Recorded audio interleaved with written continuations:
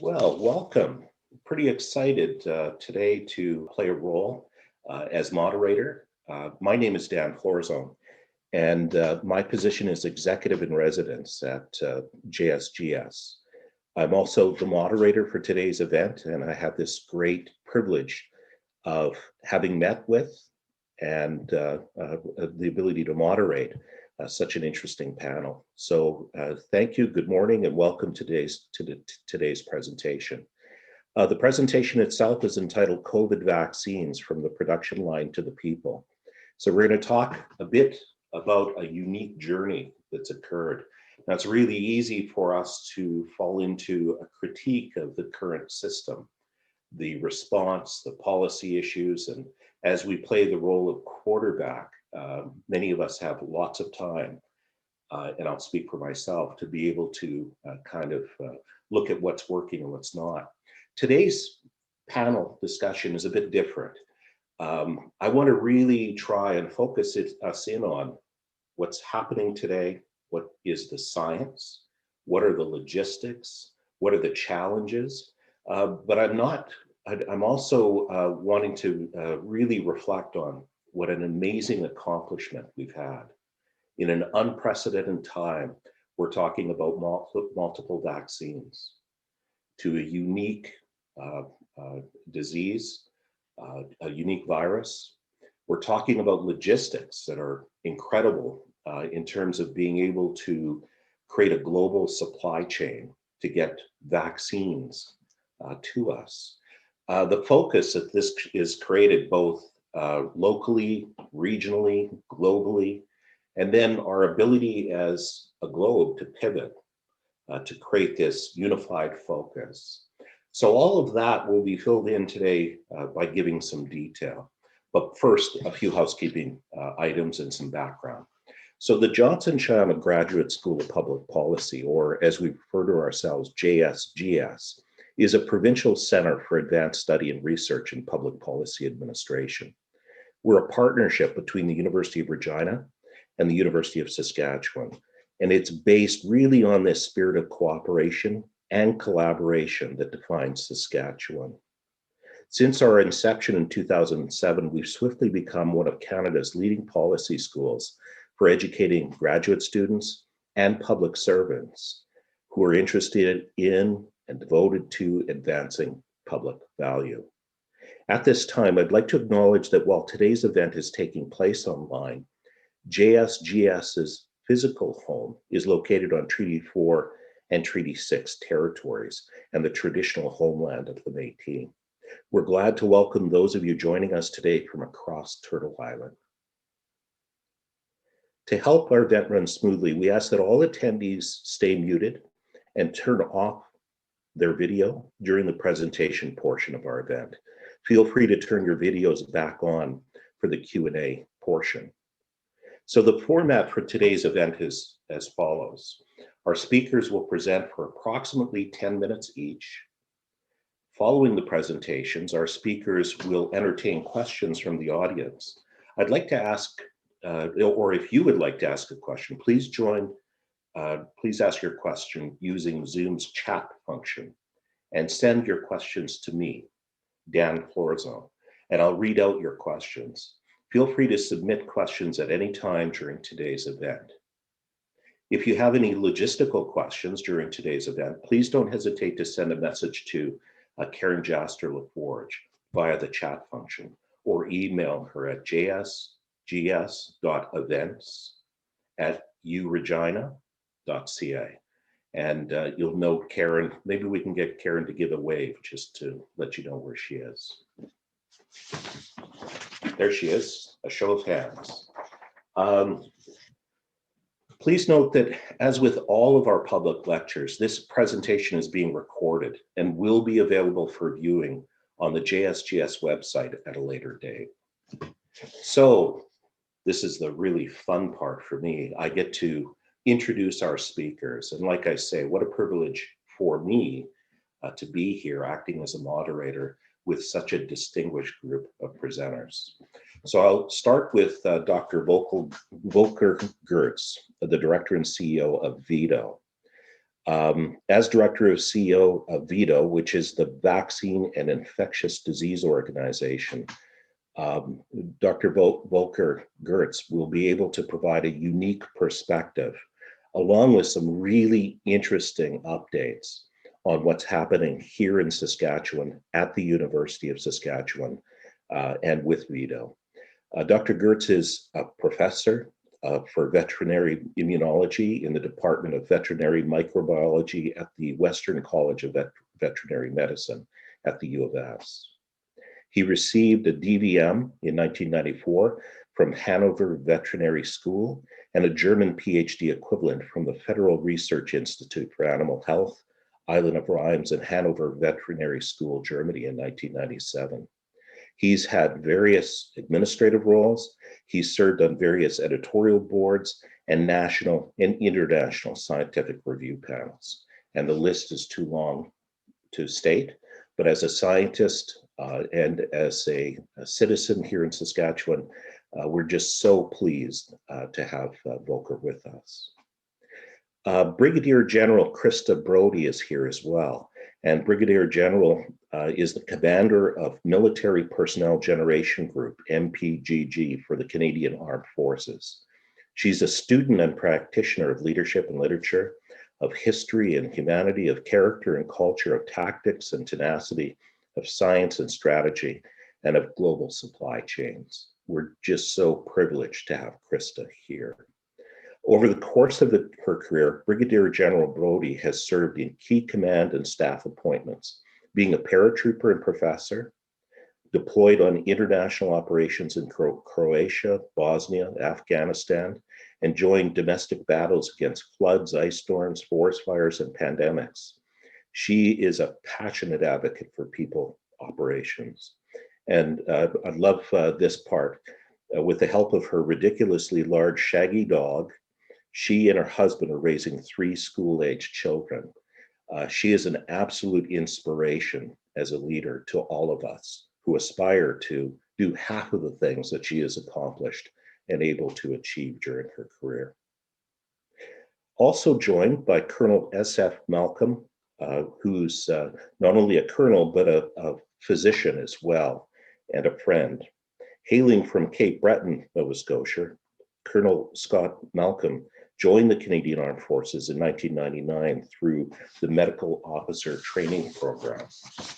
Colonel Malcolm is trained as both a flight surgeon and advanced dive medical officer, and he's held posts in Kingston, Halifax, and Ottawa. I first met Colonel Malcolm when he was posted to Edmonton. He was posted there in June of 2018. He took command of No. 1 Health Services Group. He was then appointed as the Director of Health Services Operations upon posting back to Ottawa in October of 2019, and his timing was perfect. It was just in time for the SARS-CoV pandemic. In July of 2020, he assumed his current position as Deputy Surgeon General. He was subsequently seconded to the Public Health Agency of Canada from November 2020 to March 2021 as a medical advisor to the Vice President of Logistics and Operations in support of the national rollout of COVID-19 vaccine to Canadians. So he's committed to lifelong learning. He's designated as a Canadian Certified Physician Executive. Colonel Malcolm's interests include leadership training, quality improvement, change management, and design thinking. And he has a great perspective in terms of system thinking. So we're looking forward to an interesting and engaging discussion. And I'm going to have Karen load up Dr. Volker Gertz's presentation. And I'm pleased to turn the floor over to today's first speaker, Dr. Gertz. Welcome. Well, good morning, everyone, and thank you very much for the very kind introduction, Dan, and thank you very much for the school for organizing such an interesting event. So as you mentioned in your introduction, I'm just going to provide the perspective from a scientist here, maybe the one odd out here in the panel, but I hopefully can tell you a little bit about the research that's happening at Vito and where we are with our vaccine right now. So if I could get the next slide, please. So for those of you that are not familiar, Vito is a research center of the University of Saskatchewan. We are more than 45 years old now. Our expertise is really in this human-animal interface. And I think in the context of emerging diseases, that's what makes it so relevant right now. That's where most new diseases emerge from. They either jump from animals into humans or from one animal into another animal and then into humans, or sometimes they also jump from humans into animals. But it's really this mixing chamber, this interface where most of the new diseases emerge from. Vito has about 160 staff members at the moment, roughly a budget of $20 million. But we operate some of the most advanced infrastructure in Canada and the world. And you can see in the background there, that is what we call the International Vaccine Center. It's Canada's largest high containment laboratory, and it allows us to work with this virus now in a safe manner so that our staff is safe from being infected with it, and at the same time ensuring that nothing will ever leave this facility. Next slide, please. So this is looking at the Intervac facility. You can see on the left side, there's this gray wing. That is the animal wing, and that can house as many as, if you want, 1,000 pigs under these what we call containment level 3 conditions, which is the second highest level of containment for pathogens. There is 4 levels. Ebola would be a level 4, would be the highest, and then the level 1s is really what we use in our kitchens to bake bread and so on. Level 3 is what is the highest level for animal diseases, called level 3 egg. And then it contains on the human side diseases like COVID-19 or tuberculosis or HIV and so on. What you can see, we can house in this facility animals from very small, as you can see in the middle there, the bed, to very large. Bison on the left side, we had deer in it, elk in it, and so on. So it's a very, very versatile facility. And as I mentioned, it is one of the largest in the world and one of Canada's 10 major science infrastructures right here in Saskatoon. Next slide, please. And so really, when the pandemic started early of last year, we all watched, of course, what was happening in China. And then as soon as it became clear and the sequence was published, we started to work on our vaccine project. Vito was the first organization in collaboration with the National Microbiology Lab in Winnipeg and also Sunnybrook Health Center to isolate the virus from the first case in Canada. We were then the first organization in Canada, and in fact, one of the few in the world that had an animal model established. And I can say that with confidence because we're participating on weekly calls organized by the WHO, so-called expert groups. And we could clearly see in the beginning that we were one of the 3-4 fastest organizations in the world to have a ferret model established, and then later on a hamster model. We are now the first university in Canada to have a vaccine for it in clinical trials. These clinical trials are currently proceeding in Halifax, and as we move on, we'll then be also involving other sites in Canada.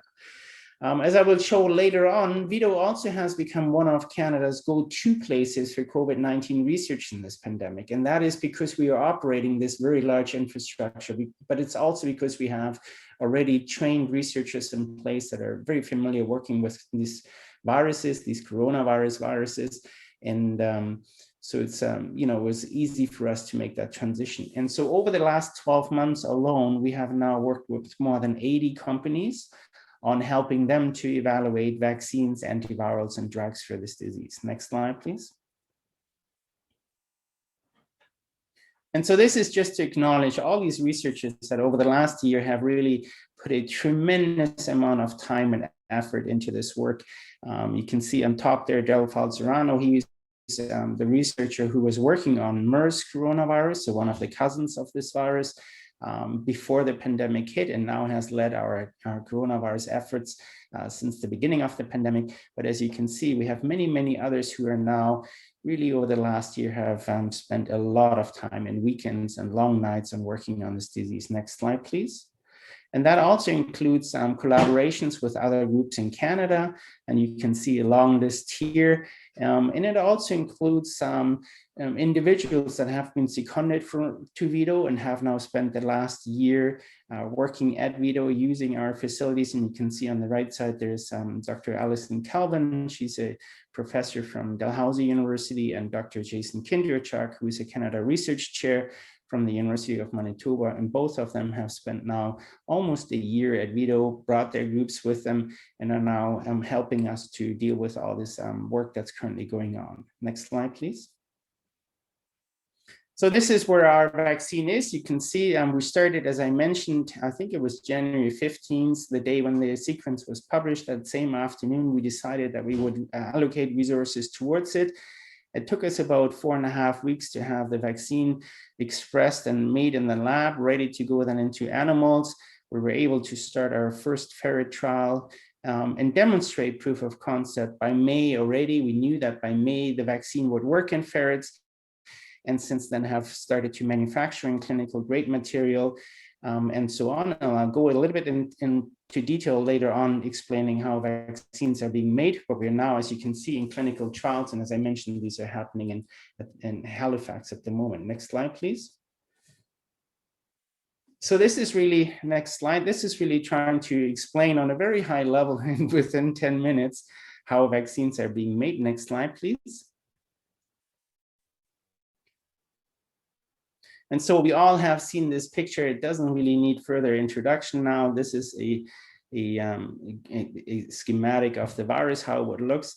And what you can see on the surface, there are these yellow structures, these proteins, we call them the spike protein, that are expressed on the surface or found on the surface of the virus. And the virus uses them to attach itself to host cells, so cells in your respiratory tract, and then get entry into the cell.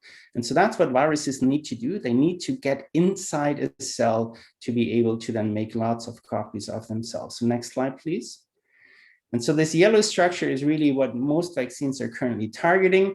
And so here is again, when we breathe this virus in now, it's the yellow structures that then bind to the surface of a cell. And so you can see here's an example of a respiratory tract. And then on the right side, you can see all these cells, this pinkish with this kind of hairy surface there. And that's the cilia, that's the outside of your respiratory tract. That's where the virus would enter. And then it would bind to these cells and make its way into it. Next slide, please. And how that works is really shown on the next slide here. So very elegantly done here in green on the left side, in yellow is a labeled virus, so virus particles, and you can see this gray structure there in the background. That's the cell surface. And so all these yellow-green particles, they're trying to get inside the cell. So this is the virus trying to attach and then invade the cell. And so on the right side is this little schematic, how that works. And you can again see on the top, there's the virus having these yellow structures. It uses them to bind to the cell surface, to this receptor there. And once a virus gets into a cell, it takes over the cell machinery for its own purpose. And essentially what it does, it takes over the machinery and makes thousands, if not millions of copies of itself, which then eventually leave the cell and continue to spread into other organs and also spread into other individuals. And so our immune system has really, in principle, two main strategies. There's a few others, but the main strategies are to make antibodies that can help us prevent the initial attachment of the virus to the cell surface. So you see my cross there. So if you have enough antibodies, and these are neutralizing antibodies, so they can neutralize, they can block this interaction, then the virus no longer can attach to the cell, and you don't get what you see on the right side. And the other mechanism we have is what we call T cells. So these are specific immune cells that recognize infected cells and kill these cells rapidly. And the purpose of that is to kill the cell before the cell can be taken over by the virus to now make lots of progeny, to make lots of new viruses. Next slide, please. And so most vaccines are focusing now, as I explained, on this yellow structure there. And so here is the various types of vaccines that are currently in development, and we all are now experts because there's so much in the media understanding how this works. But essentially you can either take the whole virus either as a live virus, or you can chemically inactivate it so that it doesn't cause disease anymore. but it would then show all the yellow structures to the immune system, and we will make these antibodies or these T cells against these yellow structures. You can also just deliver the genetic material encoding the yellow structure, and that would be what we call now these RNA vaccines, so the Moderna and the Pfizer vaccines, or also DNA vaccines that are now developed by Entos, for example, a Canadian company, or Inovio. So there is the approach to just inject the genetic material encoding for just the yellow region. Or you can just develop a vaccine that is based on delivering this genetic sequence, the region that encodes for the yellow protein, and you put it into a harmless virus, into another virus that delivers it for you. And that would be the Johnson & Johnson or the AstraZeneca vaccine that is using adenoviruses, so harmless viruses that are responsible for mild colds in humans to deliver that genetic material. Or you can do what Vito is doing, and that is to just make the yellow structure in your manufacturing facility and then inject the protein, the yellow protein by itself. Next slide, please. And so this is an approach that is being used by us, but it's also being used by companies like Novavax, for example, or Medicago out of Quebec, who are also working on protein supplements. Now here's how we normally make these vaccines. So very compressed here. You can see on the left side, the early exploratory phase, and then what we call the animal testing or the preclinical phase. All of this normally takes years for a vaccine to be developed. Once you have completed this preclinical phase, then you can go into what is called the clinical phase. And there, in principle, we have 3 clinical trials that occur. The first one is in a small group of volunteers, typically less than 100, looking at any unwanted reactions, determining the safety of the vaccine. At this time, we're really just looking, is the vaccine safe for use in humans? Then, if the data is looking promising, we can go into what is called the phase 2, where we now look also on how well does the vaccine induce an immune response. And so typically this is being done in hundreds of volunteers. So it's a combination of assessing the safety, but also looking at how well we induce immunity. Once all of that is convincing data and looks promising, then we can roll out into phase 3, which typically enrolls thousands of individuals. And that's where you then take the vaccine out into the field and see how well does it really perform. All of that then will be informing Health Canada to then review the data and provide the emergency authorization to make it, or in a regular vaccine case, if it's not a pandemic, to then give you authorization to manufacture. And so what I'm showing here on the left side is really this preclinical testing in animal models. And so next slide, please. This is normally the research that's happening early on. And so what you might see is something like this, which is one of our hamster studies looking at our vaccine. And without really going into great detail, you can see here there's a control group in black, and there's a vaccine group in red, testing our vaccine in hamsters. And what we are looking at after infection in these vaccinated animals, whether they're protected from clinical disease or not. And so how we measure it is we're looking if the animals are getting sick, if they are showing symptoms. And so one way of measuring and quantifying it is to measure the weight of these animals and how it changes. And as we all know, when we're sick, we're not eating a lot, and so we're losing rapidly weight. And so you can see there, the black group, the non-vaccinated group, clearly loses a lot of weight, whereas the vaccinated animals in red are hardly losing any weight. Or another way of measuring it is on the right side, if you look, you could, for example, see how antibodies are being induced, just the ones that we talked about earlier that we need to control this infection. And so you can see in these vaccinated animals in red, that's where we see high levels of these antibodies in our hamsters compared to the black that don't. Next slide, please. And so coming back to the vaccine development phase, so that is what's the preclinical test, the preclinical phase of vaccine development. But at the same time, in parallel, what we all have done and what you need to do is you need to immediately start manufacturing clinical grade material. And so you may have often heard in the news the discussion about Canada's lack of capacity for manufacturing. And so really what I would like to point out in this slide that there's really two steps of manufacturing in vaccine development that operate at quite a different scale. So the first one is the pilot scale manufacturing, which is manufacturing of the clinical grade material that you need to proceed then into the clinical phase and vaccinate all these volunteers. The commercial manufacturing, as you can see on the right side, is really what is needed afterwards to make the millions, if not billions, of doses that we will hear from the other two speakers that are being rolled out in Canada right now. So there's really two phases of manufacturing that are involved in vaccine development these days. Next slide, please. And so this is for most vaccine, this is being done in what we call in traditional vaccine manufacturing facilities, use of bioreactors. And so for all technologies, with the exception of the RNA vaccine, you need something like this.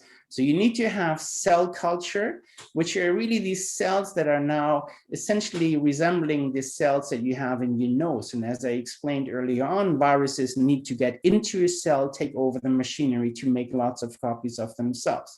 So we have learned how to grow these cells almost like little factories in these cultures. And you can see very small cultures there, these flasks. You can bring that up to 1,000 to 2,000, even to 20,000 liter bioreactors, where you can grow millions, if not billions, of these cells in there. You infect them then with the virus, and after a certain period of time, you can harvest the virus and include it into your vaccine. Next slide, please. That looks like this these days. So what we have are these GMP, good manufacturing practice vaccine facilities, and you can see there really, and these are slides downloaded from the internet, these are not our own, but what we're seeing is these bioreactors, and in these bioreactors, I don't know if you can see it, in these stainless vessels, there are these single-use bags, big plastic bags that have all the ingredients that you need to grow your cells in them. And so whether you use cells or bacteria or insect cells, there's yeast, there's various modifications to it, but essentially what you're doing is you're cooking this vaccine suit for a good while, for 3 to 4 weeks. And after that, you harvest all of it out of it, purify the individual components. And if everything is looking good, you finish it into these glass vials, and that's then what goes into your vaccine. And so Vito is currently building an in-house GMP pilot scale vaccine manufacturing facility. And next slide will show you where we are right now, what the pictures look in construction. So unfortunately, it's not up and running.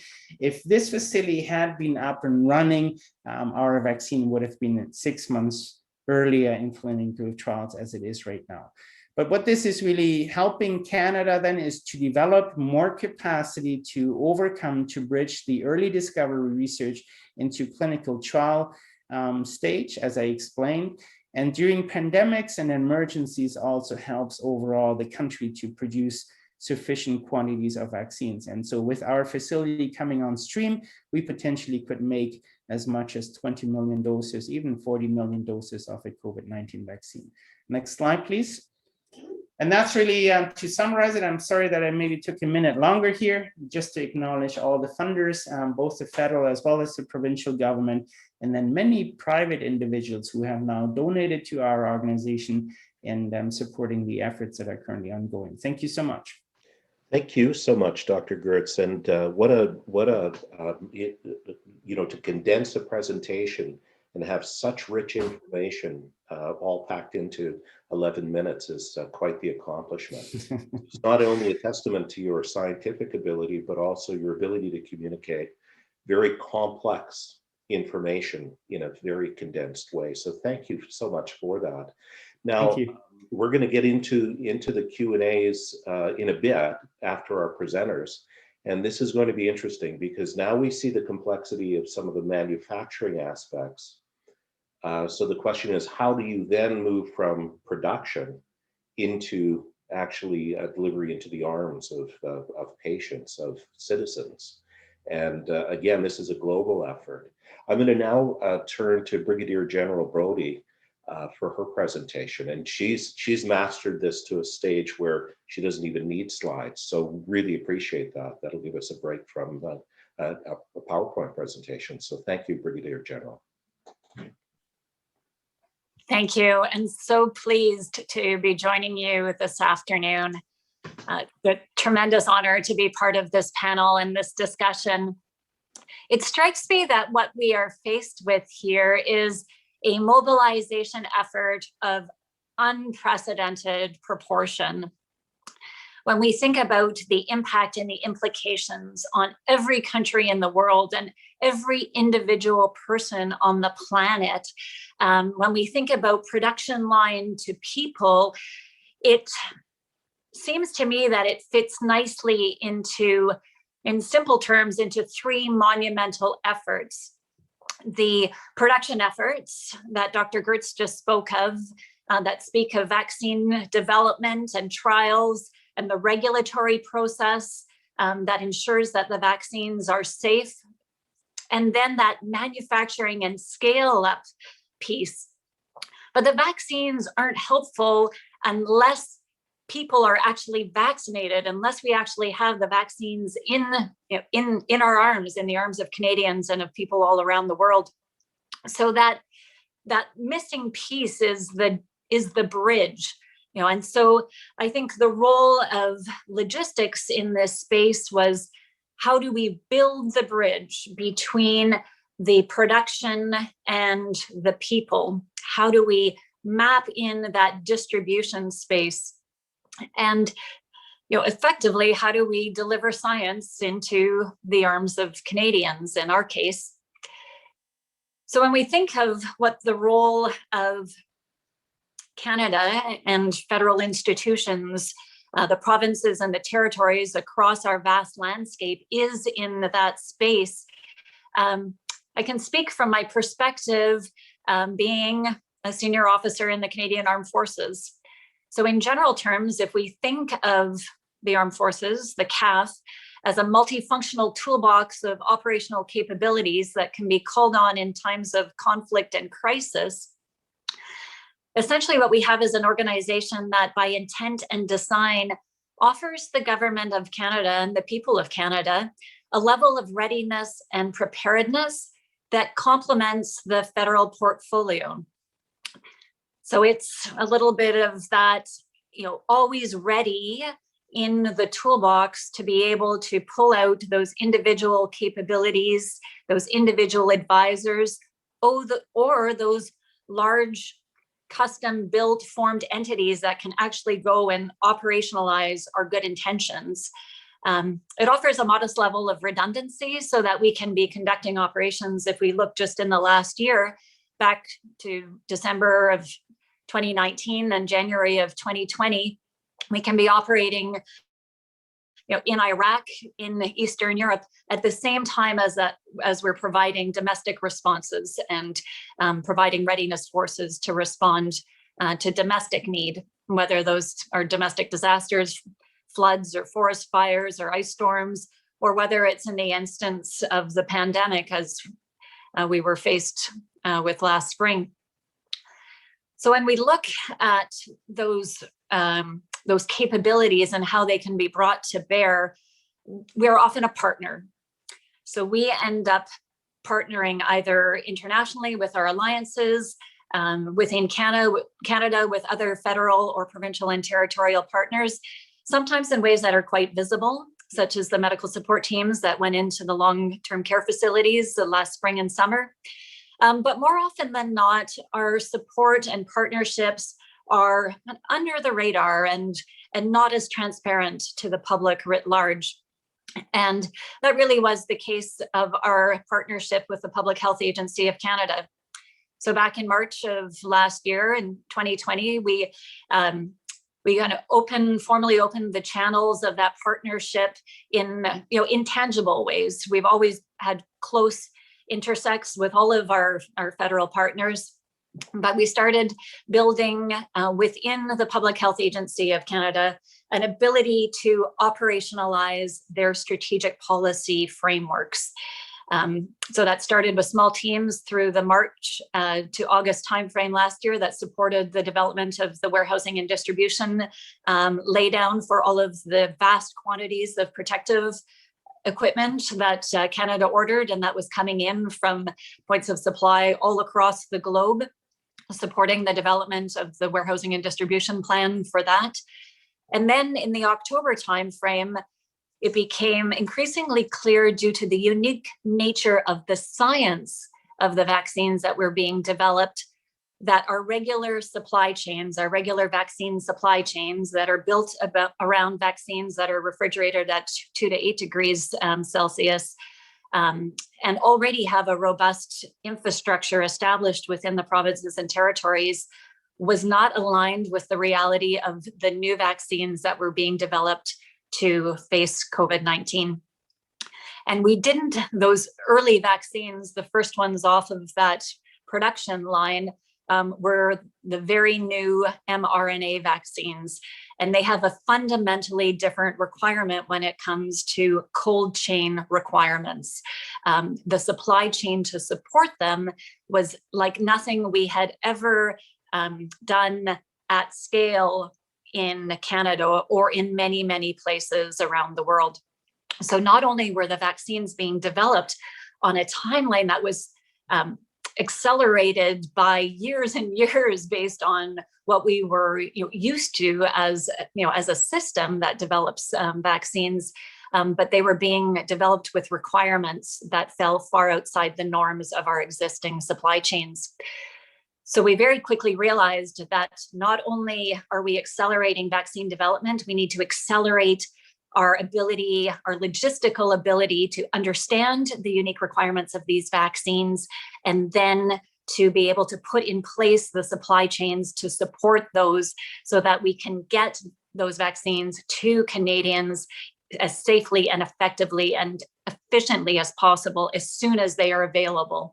And that honestly has been a challenge of epic proportions. So in the October timeframe of last year, 2020, there tremendous quality experts within the public health agency quickly realized that we needed an ability to scale up their expertise and build those supply chains.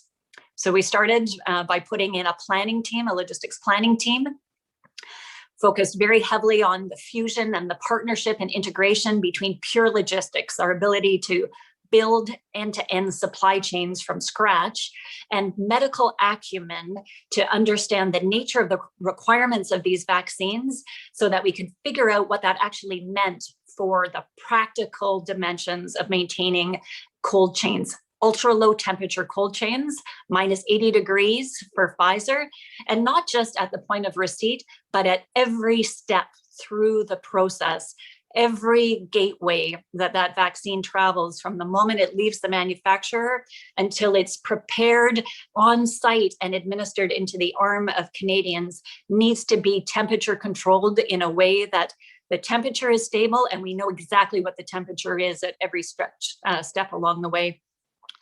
So we put the teams in place to do that detailed planning, to figure out where all of those steps in the process are going to be, where all the hubs are going to be, where the vaccine is going to land, where it's going to be stored, where it's going to be prepared.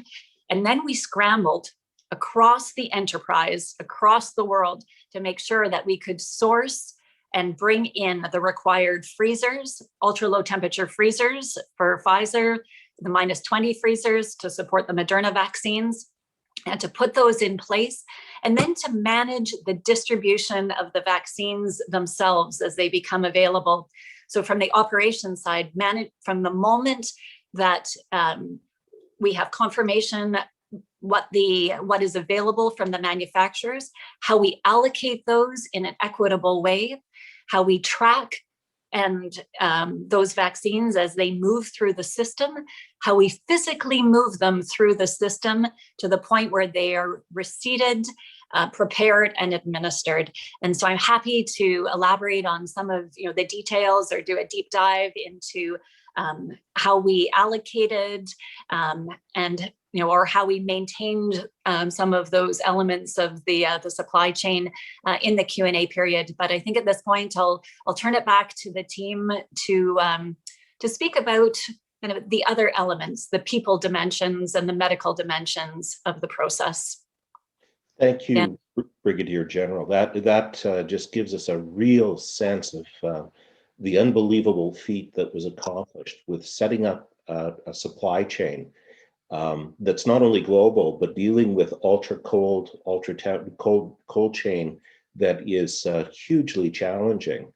Now we're going to get into a bit about why so cold and what were those requirements. And I'll start, maybe kick off just after we hear from Dr. Malcolm on this. So Colonel Malcolm, thank you for joining us.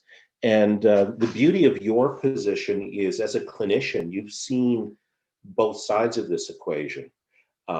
You see the effectiveness of what's been created from production to the people, but the real people-centered sense, as along with the science, is kind of a combination of a perspective. So welcome, and the floor is yours.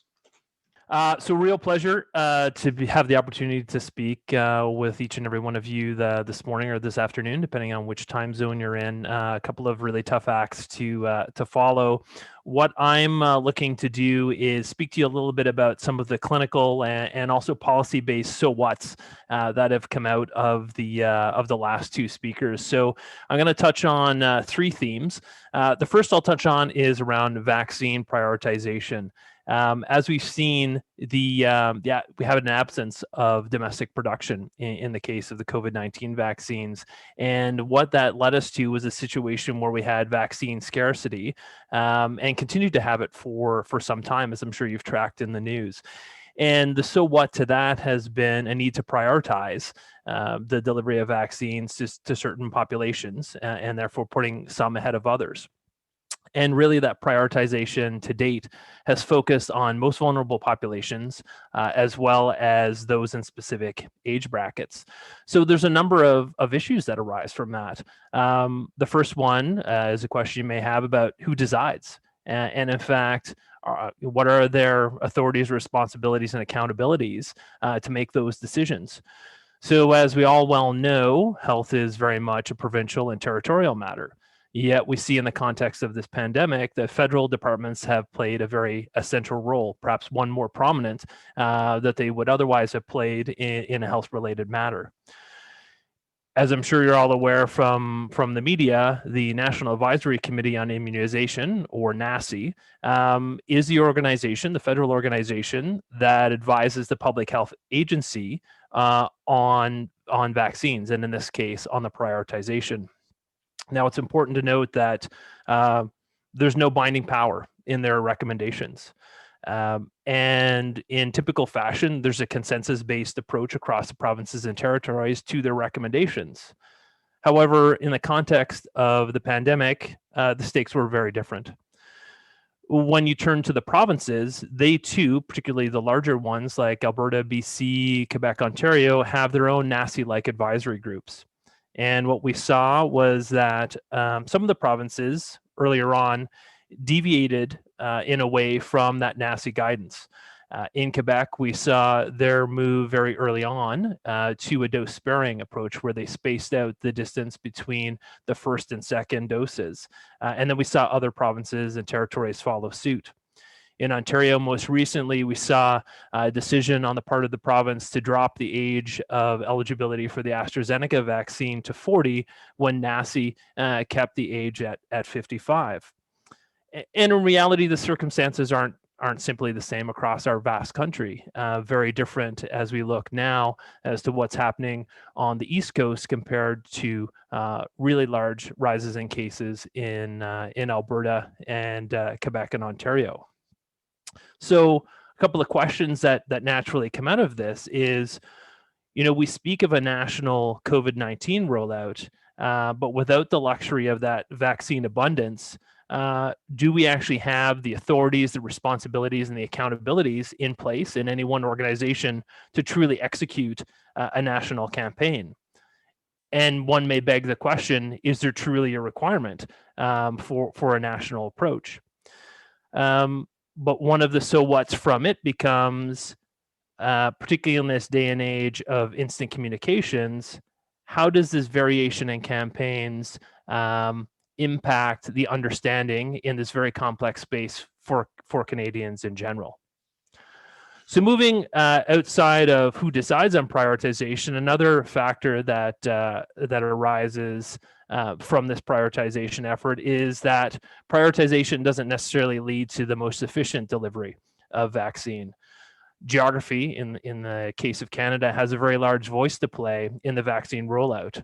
And so while in clinical or scientific theory, it makes a lot of sense to prioritize by most vulnerable populations as well as age.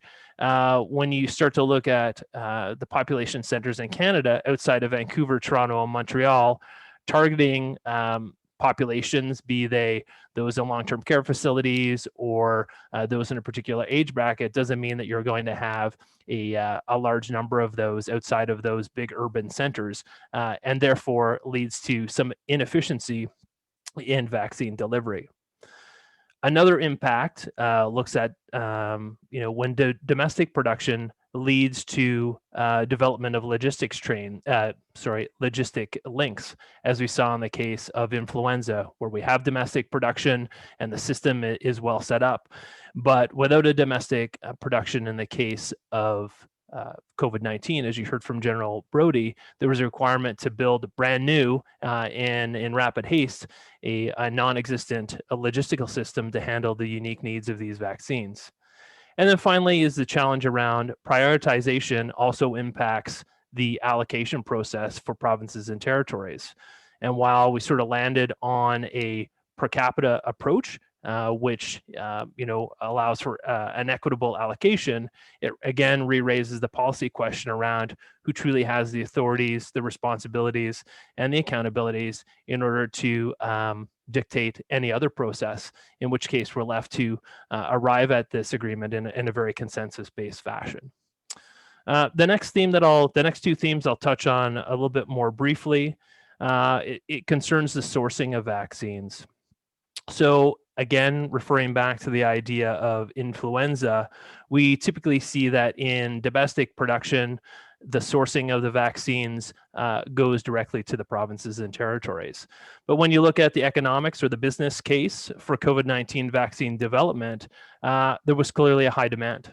But there was also very high risk. That is a risk of financial loss for those companies looking to take on the production. And as such, there was a clear need for a large capital investment. So it's really unsurprising that these prospective investors, in this case, many of the large pharma companies, were looking to have countries, in this case, invest in vaccine candidates. So those that were potential vaccines through this pre-order system that we saw Canada took part in.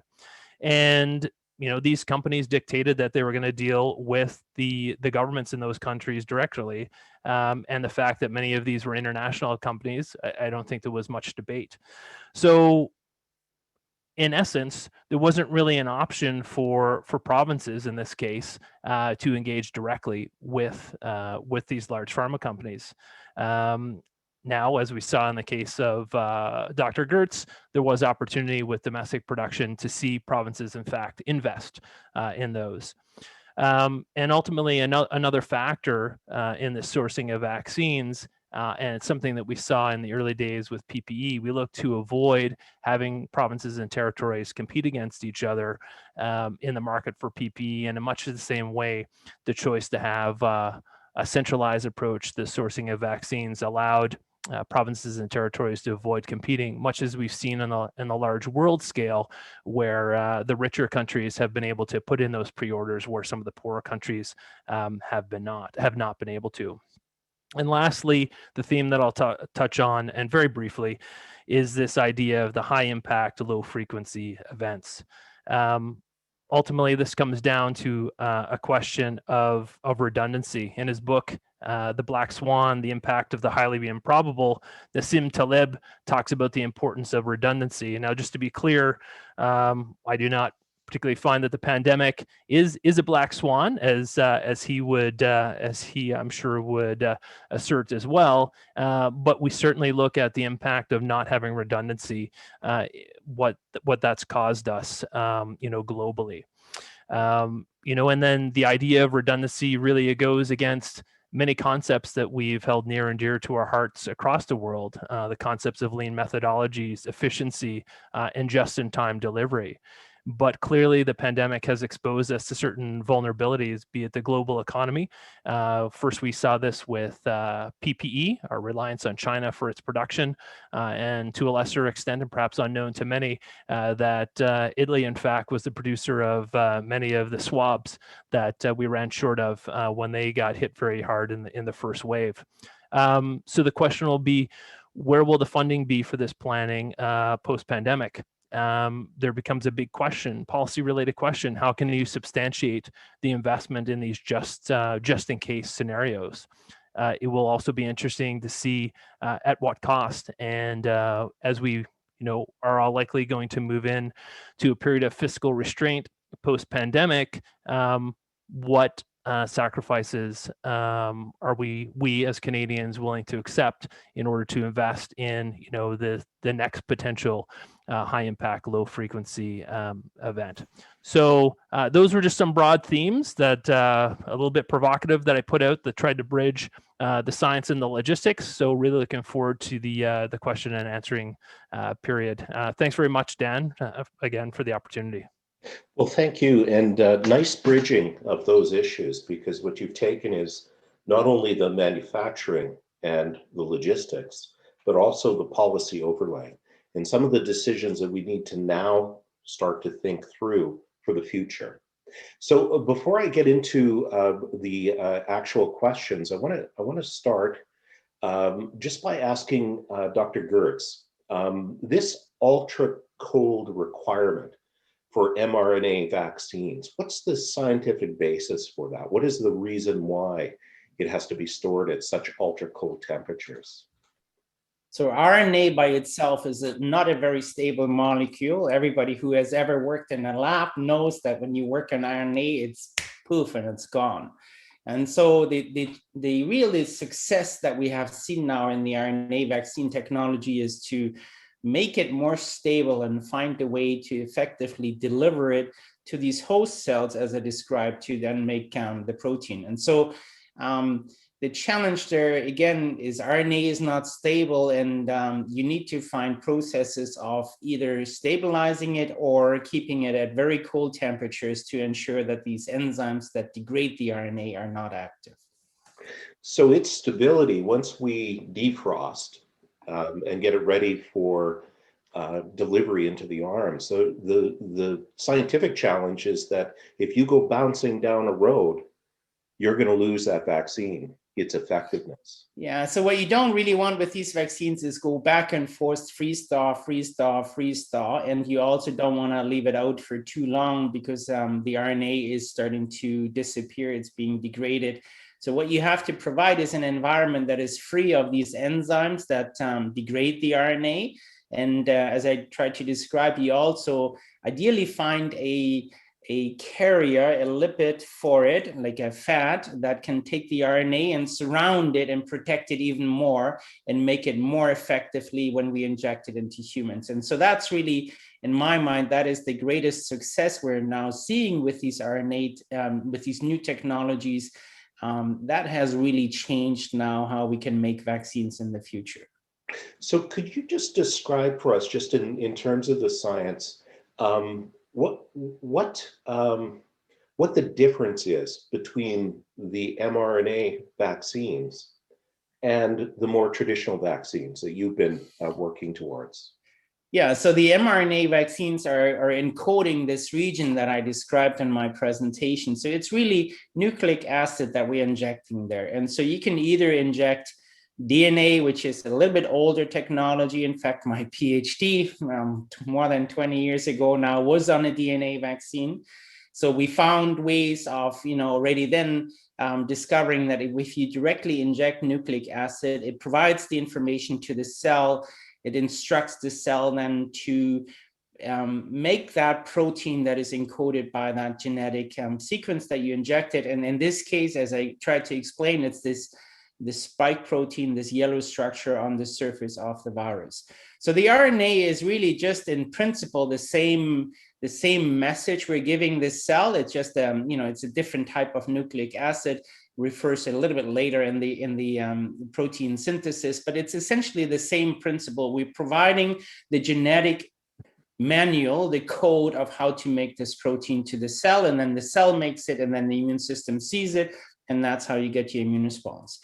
That, the production of the RNA or the DNA, you can do in a synthesizer, in a machine that essentially produces this chemical, the nucleic acid. For making vaccines like the AstraZeneca or a protein subunit like we do, or the Johnson & Johnson, the Novavax, or many of the other examples out there, you need these cells, these little factories that either make the protein of interest or even the whole virus, and then you purify the whole virus. And so in order to do that, you need to have these large reactors that, like almost like fermenting beer, like a large vessel that has has the capacity to hold about 1,000 liters in a controlled environment. So controlled temperature, controlled CO2, controlled pH, and all these things, to then have these little factories, these cells, these culture cells, make the protein of interest. So it's much more complicated to do it. But, we also have to be realistic. Before the pandemic, there was no RNA vaccine registered for any application in humans. And, we're learning now how well they work and what their safety record is and all these things. And we're seeing this now live rolling out with COVID-19. So prior to this, has there ever been a COVID vaccine? So the SARS-1, right? If you remember, SARS-1 is very, very close to SARS-CoV-2 now. It's not a COVID vaccine, but it's a vaccine for a human coronavirus. And then, of course, Vito, in fact, has developed some of the world's first coronavirus vaccines for animals. So we did have a lot of information before. And as I mentioned, Daryl Falzerano, the researcher in-house here, he was working on MERS coronavirus, so one of the closest cousins of the current COVID-19, and using this approach, using this protein, this spike protein, formulating it with an adjuvant, and then inducing good immune responses. And that informed us then to come up rapidly with a COVID-19 vaccine using the same principle. Thank you so much, Dr. Gertz. I'm going to just turn now to Brigadier General Brody. And, we think about large-scale events, disasters that have occurred in our country or across the globe, and there are many, and they're varied. In Canada, we've seen some tragedy, and the scale of which, probably the largest scale disaster might have been the Halifax explosion. We've seen, obviously, a pandemic over 100 years ago, 1918. We've gone through a variety of disasters and issues. None of them appear to be on the level that we're experiencing right now, scale and scope. What makes this different in your view? And what are those differences really attributed to?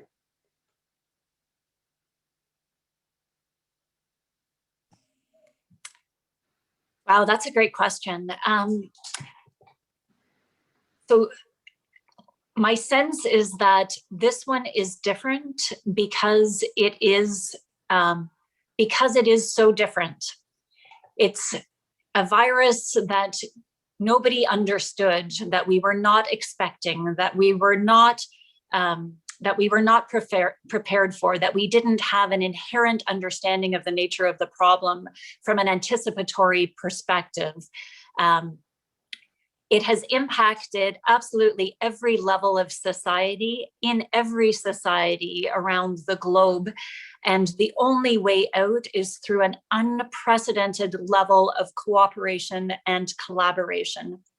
And really an unprecedented effort of acting in the interests of the common good.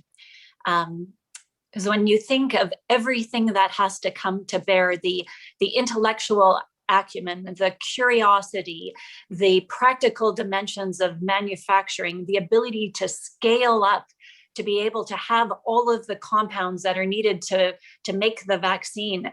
And then once it's made, the ability to project it around the world in a way that keeps it stable.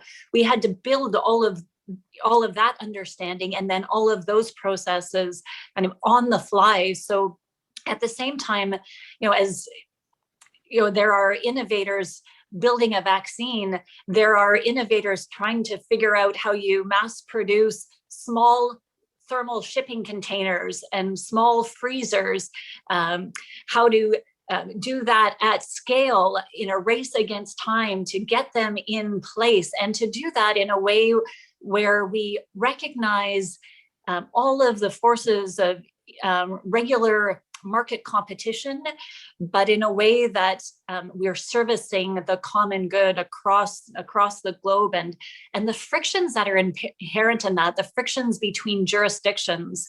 If we look just in the Canadian enterprise alone, with healthcare being administered in provincial and territorial jurisdictions, but to have this all of a sudden the requirement for the strategic federal role to quickly fill the gap where we had no capability to fill that space before. It truly is, from every perspective you imagine it, a problem of unprecedented proportion, and the force that becomes that centripetal force that binds all of those efforts together is really, a sense of unity in work and purpose, working towards the common good, recognizing that, that our survival depends on this in a way that is unprecedented based on any of the other conflicts that we've experienced or disasters that we've experienced, whether they be, domestic, or international. Thanks, Sam, for the question. Yeah, thank you. And, we've talked about really the breakthroughs that have occurred during this period of time. I mean, in just over a year, we've not only seen breakthroughs in science, in manufacturing, in production, in logistics, but we've also brought a whole variety of cultures together. And by that, I mean not only countries, international, but organizational cultures as well. Would you like to comment a bit? And I'm putting you on the spot a bit, but you're now working so closely, you and Colonel Malcolm, with FAC, with the Public Health Agency of Canada. What has been your key aha in terms of working with federal and also similar provincial authorities? Thanks for that. So I'll offer, I did, my time with the Public Health Agency of Canada was limited. It was a 3-month secondment from November to February. It was, to this day, I think it will be one of the highlights of my personal life, my professional career, to have been able to serve Canada in that capacity, so close to the center of, of this effort. But my aha moment, I think, came early in my time with the Public Health Agency, and in one of my very first conversations with one of the team members from the health agency as we were being onboarded. And as I listened to her speak so compellingly about the work that they were doing and the work that needed to be done, I realized that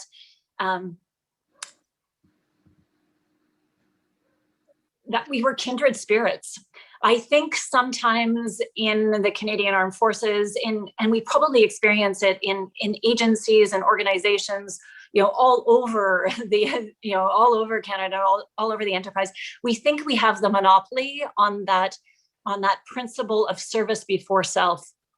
And in that moment, when I realized how hard they had been working, how committed they were to to finding a way forward, to delivering this vaccine campaign for Canadians, and that they had been working tirelessly on that for, since January of 2020, 18, 20-hour days without pause, I realized that, that we are kindred spirits in that, that in that quest to, to be a part of something bigger and better ourselves, to serve the common good, to serve Canada, and that sense of a service before self. There isn't a monopoly on that. That really it is a shared commitment, and that was a real aha moment for me. It made me feel really proud as a Canadian. Well, that's great to hear. And, it's wonderful to hear there's a sense of urgency, but there's a real commitment to working together in that way. So that's tremendous to hear. Now, Colonel Malcolm, I wanted to, we have a couple questions that I'm hoping you can help us out with. Caitlin writes, why is antibody testing not being utilized? So when we think about this and we think about the science behind it, why is it that we're not more fully utilizing that as a nation or even internationally? Yeah, it's a great question, and it's one that I am put on the spot to answer in the Canadian Armed Forces quite frequently, because we too have access. And I think part of the challenge is, so I'll qualify, not an expert in testing, Yeah. so I'll sort of give you a broad overview on it. But I think the real challenges here partly is with how the discussion around testing sort of came out in the media. So there was this idea that the rapid antigen tests were really going to be the game changer of tests. And, the gold standard remains the tests that are happening in your hospitals, in your labs, these PCR tests, or the polymerase chain reaction tests. And the reason that they remain the gold standard is that the window of time in which you can test folks between when they're infected and when they manifest symptoms is much broader. And they're just simply a more accurate test in that regard, and they're less dependent. And this is a concept that I think it may not necessarily be clearly understood, but they work regardless of how many cases that you're seeing in the local community in which you're doing testing. Whereas the rapid antigen tests have a much more narrow window of time when you can use them. And the problem becomes, if you're starting to test people who don't have symptoms, you don't really know when they were first infected. And if you're in that magic window of time where those rapid antigen tests would be equally as accurate. The other piece is that they're best used in sort of an outbreak setting, or in one where the amount of disease in the community is high. And I think that's another piece. So we've seen attempts to use them more frequently, and I think some great examples are during outbreaks in long-term care facilities, where it starts to make a lot of sense, because that the number of folks with disease is very high. But I guess the bottom line becomes your standard PCR test that everybody started with, just have a different accuracy than the rapid antigen tests, and really their use sort of depends on the setting, and that's not always so well described. And so I think they remain somewhat more limited in their utility than they were initially thought to believe, though I think with more time and with some more testing that's going on, sort of studying, if you will, of their uses, that you're going to see a better delineation of the environments in which using the rapid antigen tests will become really well defined, and the PCR obviously remain that gold standard. Now, I'm going to come right back to you, but I want to ask Dr. Gertz for his either scientific opinion or view on this, but are we looking at COVID being endemic here?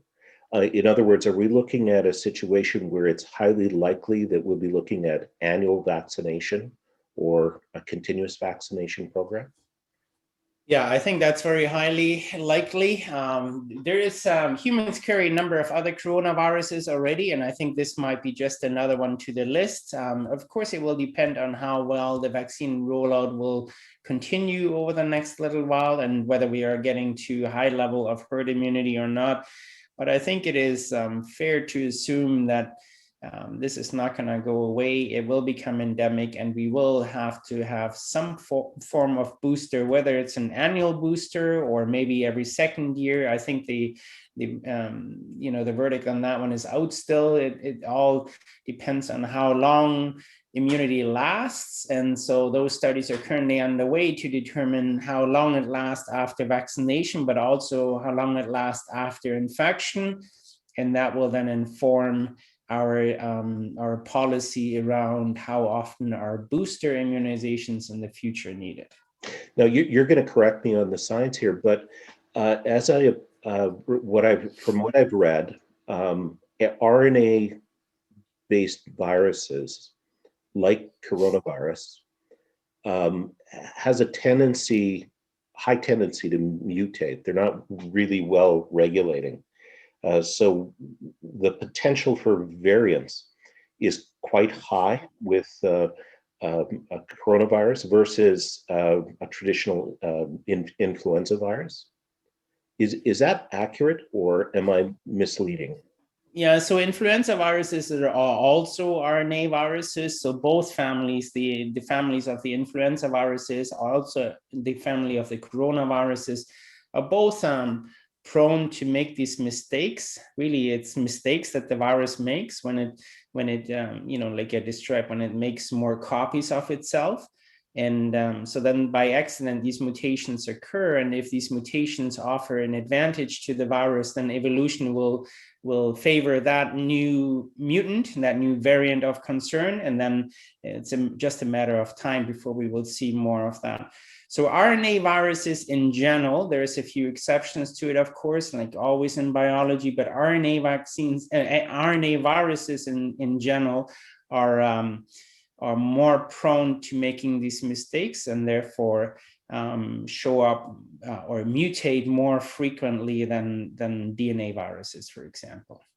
So jumping to the next kind of logical step, until the globe achieves a certain herd immunity through antibodies, hopefully through a vaccination program, we can likely look forward to, and I don't mean positively, but look forward to a variance emerging. Yes. Would that be fair to say?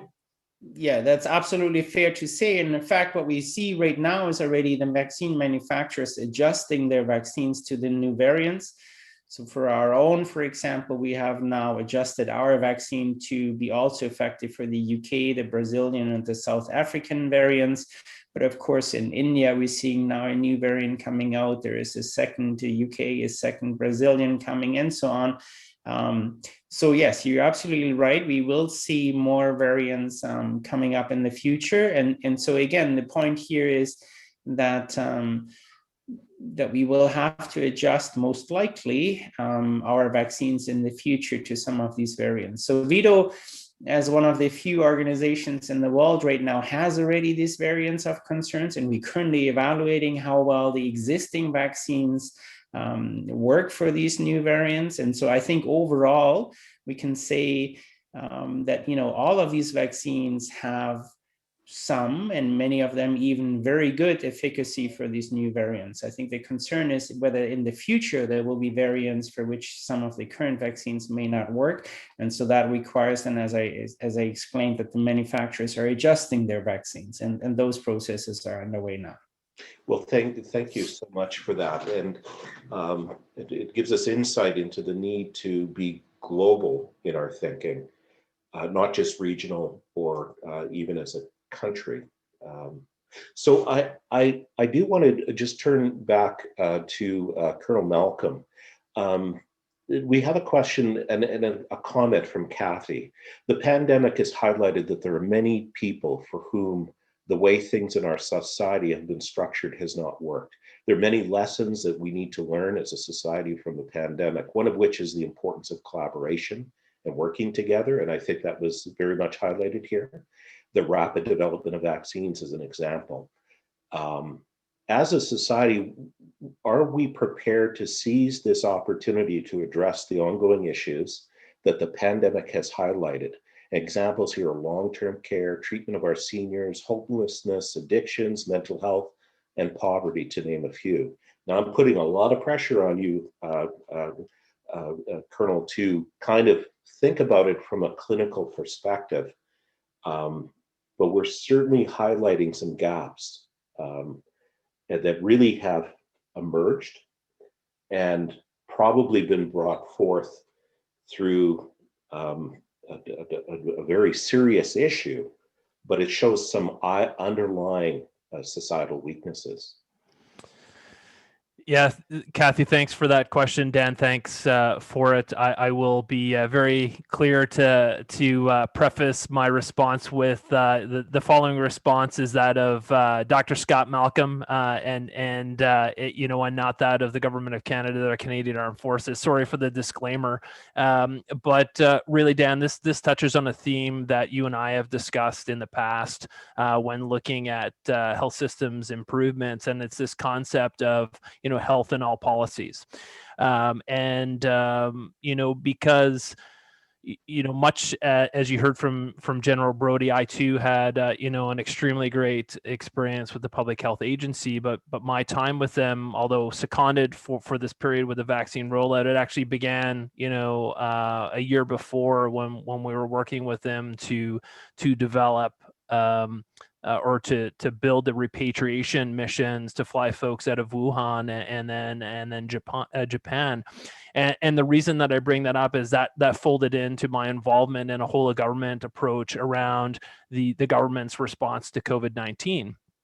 And what I brought forward at the table from the clinical lens, and it's germane to Kathy's question, is that, as we were looking at purely this situation from a clinical perspective, it was easy to fall into the trap of, hey, the impacts of this are going to be on the healthcare system. And certainly we saw that they are. But I think it's much clearer now, and as Kathy highlighted, the impacts even go beyond just health. We start to look at the economy and all of these other factors.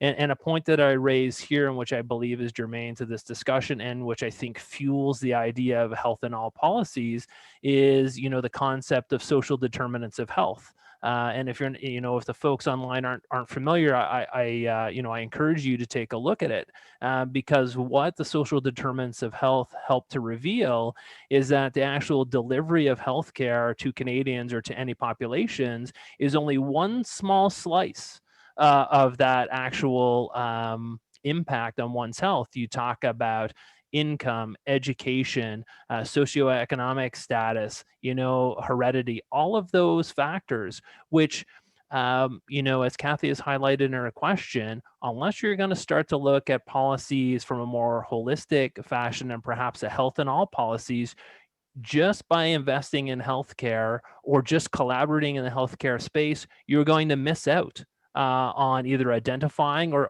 populations that are going to be at risk or tackling a number of these issues. So thanks a lot for that question. But for me, my big take home is that I think the pandemic signals, a reconsideration of the health in all policies approach, and perhaps ones that governments across the world should consider. Now, thank you so much for that question. And General Brody, Ruben's asks a question here, and I think it's a really important one, because we were talking about the need and the pressure to manage something logistically.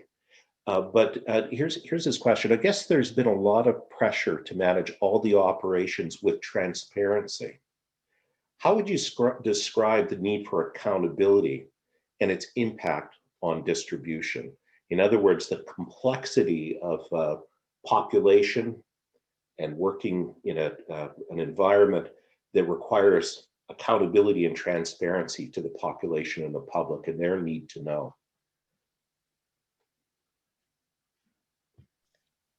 So I would offer, Ruben, to you and others that it's absolute. We must absolutely be transparent. We must absolutely be accountable to ourselves and to the Canadian public with respect to how we perform, how we execute, how we prosecute the delivery of vaccines, or whatever our mandate happens to be in any given moment.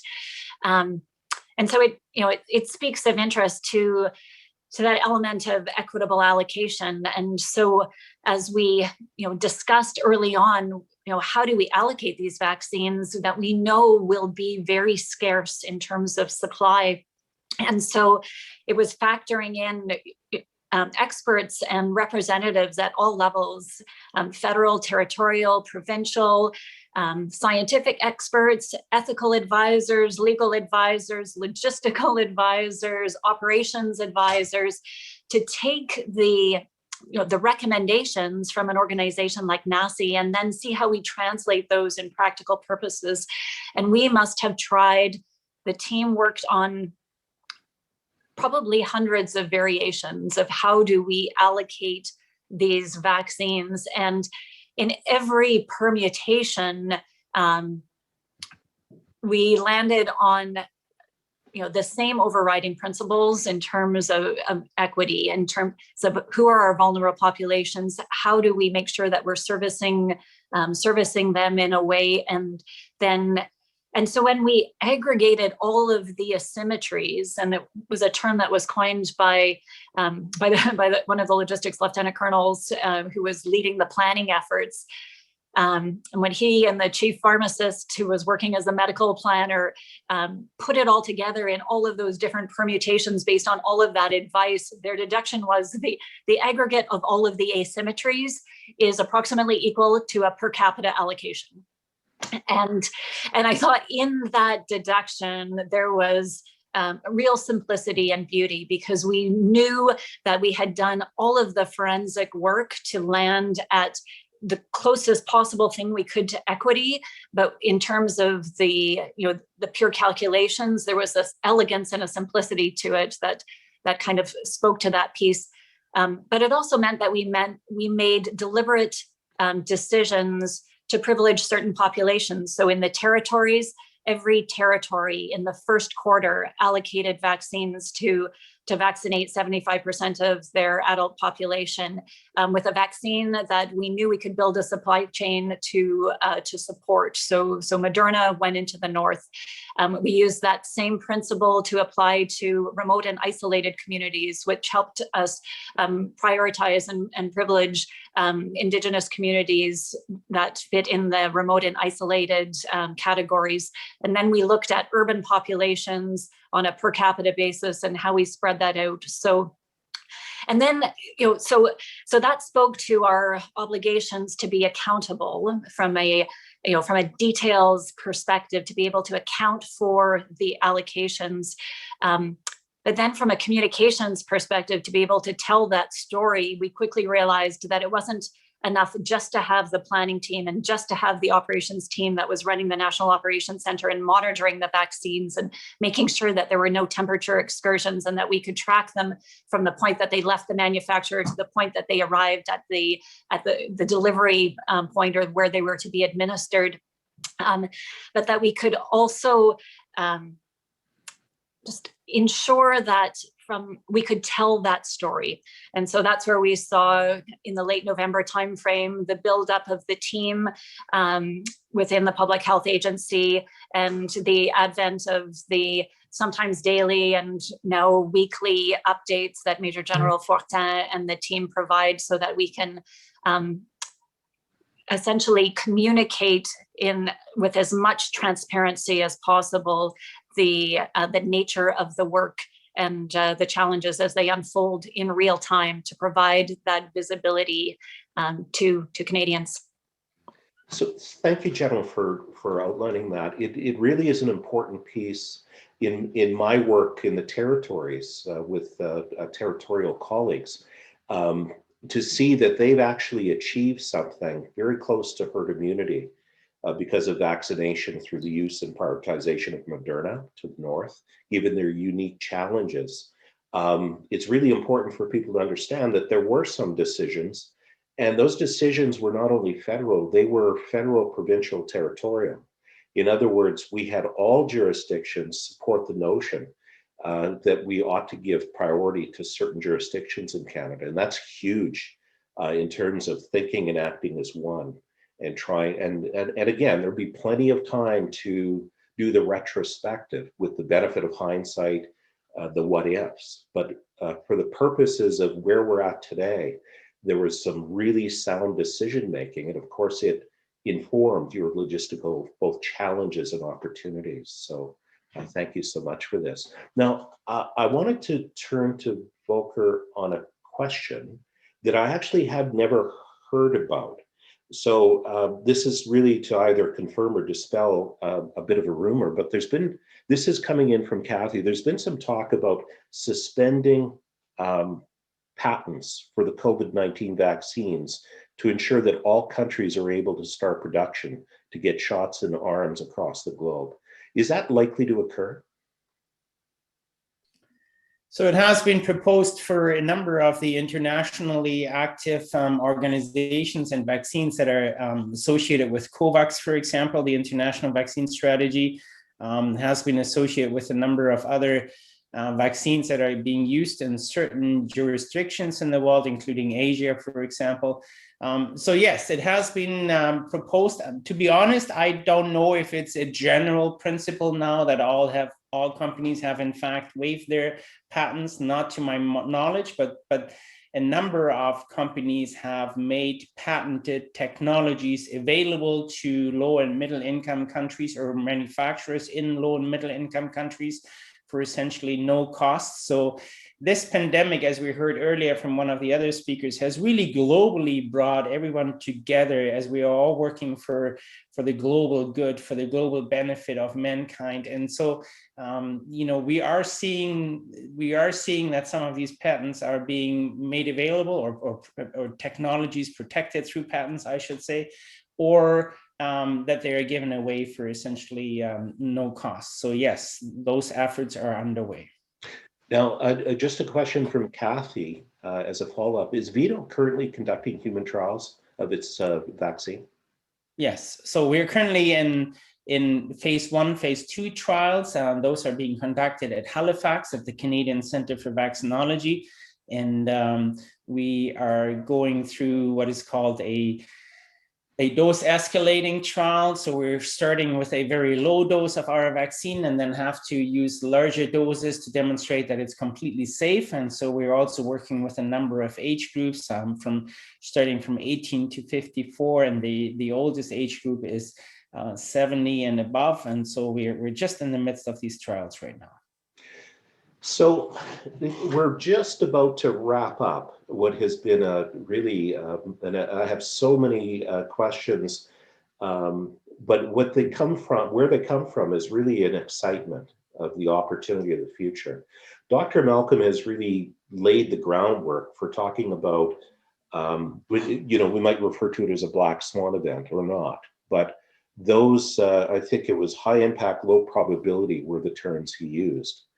How do we position ourselves as a country to be able to anticipate, which is difficult to predict, but make sure that we have the supplies that are necessary, the capacity that might be required, and the ability, the surge capability, but also the capability of coming together the way we've come together and make it easier for the next time, more efficient for the next time.